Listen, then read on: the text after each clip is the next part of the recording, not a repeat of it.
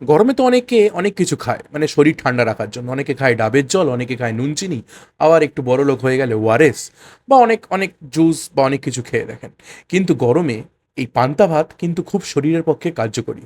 যারা যারা জানেন তারা তারা জানেন, আর যারা যারা জানেন না তারা তারা জানেন না। তো আমি এটাই বলবো, গরমকালে অবশ্যই যদি আপনারা দুপুরে এবং সপ্তাহে ১ বা ২ দিন পান্তা ভাত ট্রাই করতে পারেন, সেটা আপনাদের শরীরের পক্ষে অনেক লাভজনক হবে। পান্তা ভাতটা আর কিছুই না, নর্মাল জল ঢালা ভাত। বাট ভাতটা মিনিমাম ৬ থেকে ৭ ঘন্টা আগে করা রাখা ভাত হবে। সঙ্গে সঙ্গে ভাত করে জল ঢাললে সেটা পান্তা হবে না। মিনিমাম ৬ থেকে ৭ ঘন্টা ভাতটাকে করার পরে জলে ভিজিয়ে রাখতে হবে। তারপরে আমি যবে থেকে জানতে পারলাম পান্তা ভাতের এত রকম বেনিফিটস, আমি ভাবলাম যে সপ্তাহে ১-২ দিন ট্রাই করতেই পারি, যা গরম পড়েছে। তাই আর দেরি না করে শুরু করে ফেললাম পান্তা ভাত মাখা। আর পান্তা ভাত কিন্তু এমনি এমনি খাওয়া যায় না, মানে অনেকে এমনি এমনি খায়, বাট আমি এমনি এমনি খেতে পারি না।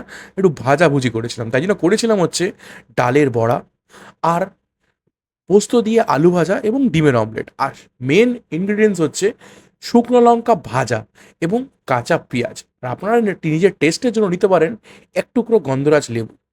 আর একটু ভালো করে নুন দিয়ে আর এই শুকনো লঙ্কা ভাজাটা দিয়ে যখন মাখবেন না ভালো করে চটকে, আহা! তারপরে একটু কামড় বড়া দেবেন, একটু কামড়ের ডিম, আর ১ গ্রাস পান্তা ভাত। যা লাগবে না বস! আর এরম সুন্দর সুন্দর মিনি ব্লগস দেখার জন্য অবশ্যই চ্যানেলটাকে সাবস্ক্রাইব করে দাও, আর পাশে থাকা বেল আইকনটাকে হিট করে দাও, তাহলে সবার আগে ভিডিও তুমিই দেখতে পারবে। আর অবশ্যই ভিডিওটাকে লাইক করে দাও, একটু যদি ভাল লাগে তাহলে আমি আরও ভিডিও বানানোর জন্য এনকারেজ হই। আমি আগামী দিনে আরও এরম সুন্দর সুন্দর ভিডিও তোমাদের জন্য নিয়ে আসতে পারবো। টাটা, বাই বাই, দেখা হচ্ছে নেক্সট ভিডিওতে। তোমাদের মধ্যে কারা কারা এত জল দিয়ে পান্তা ভাত খাও অবশ্যই কমেন্ট বক্সে জানাও। এই জল দিয়ে খাবার নাকি একটা আলাদাই টেস্ট, এই যে ঝোলটা পরে বেঁচে যাবে ভাতটা খাওয়ার পরে, এটাকে চুমুক দিয়ে খেতে নাকি আলাদাই লাগে।